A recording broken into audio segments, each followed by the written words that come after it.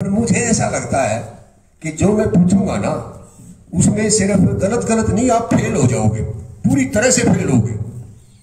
और सिर्फ बच्चे बच्चे नहीं, बड़े भी फेल होंगे साथ ही। अगर पास हुआ जाता हो तो मौका है, आप पास होने की कोशिश करना। छोटा सा सवाल है, बताऊं? उसे मुझे पता लग जाएगा कि आपकी मनस्थिति क्या है, सोच क्या है। छोटा सा बच्चा है, चारपाई में बैठा था, 7-8 साल का था। उसके पास 2 सेब हैं। पीछे से घर में उसके पापा घुसे।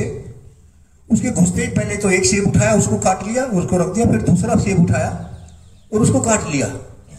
क्यों? पता क्यों? कहता पापा ये वाला खा लो, ये ज्यादा मीठा है। सच सच बताओ, वैसा आपने सोचा था? अरे क्यों झूठ बोल रहे? हमने तो ये सोचा था कि दोनों के दोनों जूठा कर दें और दोनों हमारे। कौन लाया था सेब? फीस कौन देता है? कपड़े कौन सिलाता है? किताबें कौन लाता है? अरे उस पापा के लिए भी हम उन दोनों सेबों में से बेकार वाला भी देने के लिए तैयार नहीं है। इससे बेकार सोच और हमारी क्या होगी? अब ताली क्या बजाएंगे गलत बात पे, है ना? क्या कहना चाहता हूं, हमारी सोच में बड़ी गड़बड़ हो गई है। सेहत हमारी बहुत अच्छी है, मैं तो कहता हूं थोड़ी कम अच्छी हो तो भी काम चलेगा। दिमाग बहुत ज्यादा इंटेलिजेंट होने की जरूरत नहीं है। आज के दिन हमारे पास सुपर कंप्यूटर है, सारे फतेहाबाद डिस्ट्रिक्ट का डाटा एक कंप्यूटर में आराम से आ जाएगा, रट्टे मार की जरूरत नहीं है। लेकिन अगर सोच में गड़बड़ हुई तो सारा कीड़ा काया हमारा सारा बेकार हो जाएगा। इसलिए हमारा क्या अच्छा होना चाहिए? सोच अच्छी हो जाएगी। सर अगर आप बैठो तो मुझे अच्छा लगेगा, प्लीज बैठ जाओ ना। मुझे ऐसा लगता है जैसे बैठो प्लीज। तो टीचर से तो दूर ही रहो तो अच्छा। जब मैं आपकी तरह से था और स्कूल में गए तो भाई उन्होंने कहा कि भाई कल से आप टेबल याद करके लाएंगे। कितने की करनी है सर? 10 तक याद करके लानी है। I being the intelligent boy 12 तक कर लेगा। 15 तक करके लानी है, मैं 20 तक करके ले गया। फिर 20 तक करके लानी, मैं 22 तक करके ले गया। पढ़ता ही नहीं उनका। कितना ही कल आपको ऐसे याद करके लाना है। किसका करना है जी? महात्मा गांधी जी का। पूरा याद करके ले गया, सबसे पहले सुना भी दिया। ठीक है बेटा, कल सुभाष चंद्र बोस का याद करके लाएंगे, सरदार वल्लभ भाई पटेल का याद करके लाएंगे। चौथे दिन मैंने सोचा यार इनका तो पढ़ता ही नहीं। अरे मेरे पापा का याद करवा लो, दादा का करवा लो, मैं कर लाऊंगा। ये फालतू की मेरे से क्यों रटवा रहे हो? फिर एक और टीचर आए।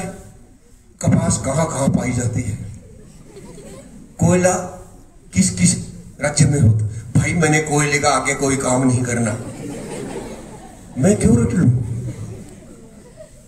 स्कूल में टीचर नहीं बसने देते, ये पढ़ लो वो पढ़ लो। घर जाए तो मम्मी कहेगी पहले काम पूरा करो, ये पढ़ लो। रिश्तेदार आता, बेटा पढ़ा कर। और मेरी तो ये हालत थी, मेरी बुआ जी थी अनपढ़। 6-7 महीने में आती, सारा घर का काम छोड़ के मेरा सिर पुचकार के कहती बेटा पढ़ा कर। खुद अनपढ़ है और मुझे क्या कह रही है? लेकिन बेटा आज मेरे से अगर कोई पूछे ना तो ये वही लोग थे जिन्होंने मुझे ये समझाया कि पढ़ना कितना ज्यादा जरूरी है, कितना ज्यादा जरूरी है। जो मेरे साथ नहीं पढ़े आज उनकी हालत क्या है और मेरी हालत क्या है। मुझे लगता है आज पहली बार मैं आप सबसे मिल रहा हूं। एक भी आदमी आप यहां पर ऐसा नहीं है जिसे मैं पहले कभी मिला हूं। इसलिए मुझे बताने में झिझक नहीं है, क्योंकि जानकार कोई होता तो अपनी बात कहने में थोड़ा शर्म सी आती है। बेटा ये जो पहाड़े थे ना, उन्होंने क्या क्या कर दिया वो मैं बताना चाहता हूँ। हमारे गांव में 8वीं तक का स्कूल था। आई was the topper one. 6 kilometre दूर पौंद एक जगह है, 6 गांव के स्टूडेंट वहां आते थे, बच्चे पढ़ने आते थे।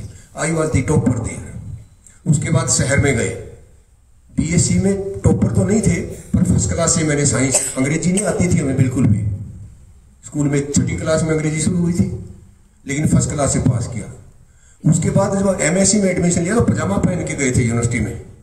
टीचर ने उठा के पीछे बैठा दिए, आ गए साइंस लेके गांव के बच्चे। फर्स्ट ईयर का जब रिजल्ट आया तो मेरे से एक लड़का 5 नंबर ज्यादा लिए हुए था।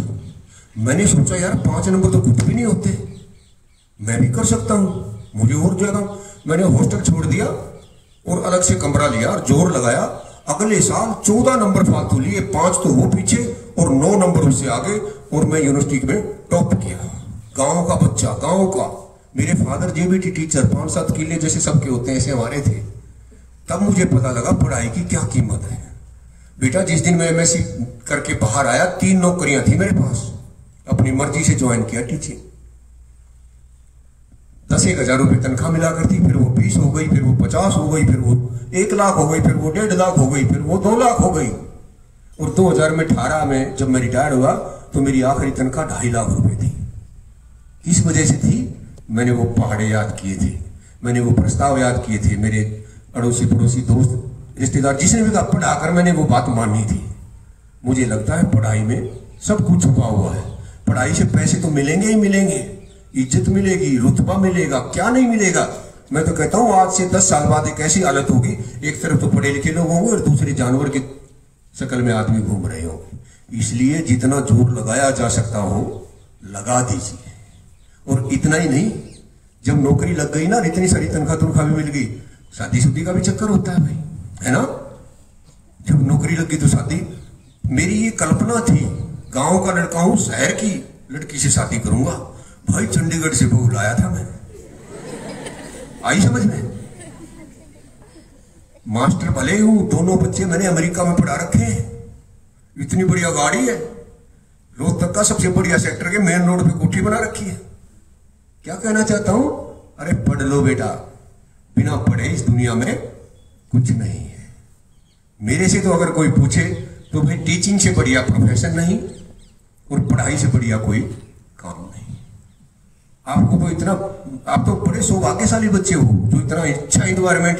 और मैं अक्सर प्रेज करने में थोड़ी कंजूसी करता हूं, पर यकीन मानिए इतना बढ़िया प्रिंसिपल मैंने सुना जरूर था पर देखा पहली बार ही है। इतना अच्छा स्टाफ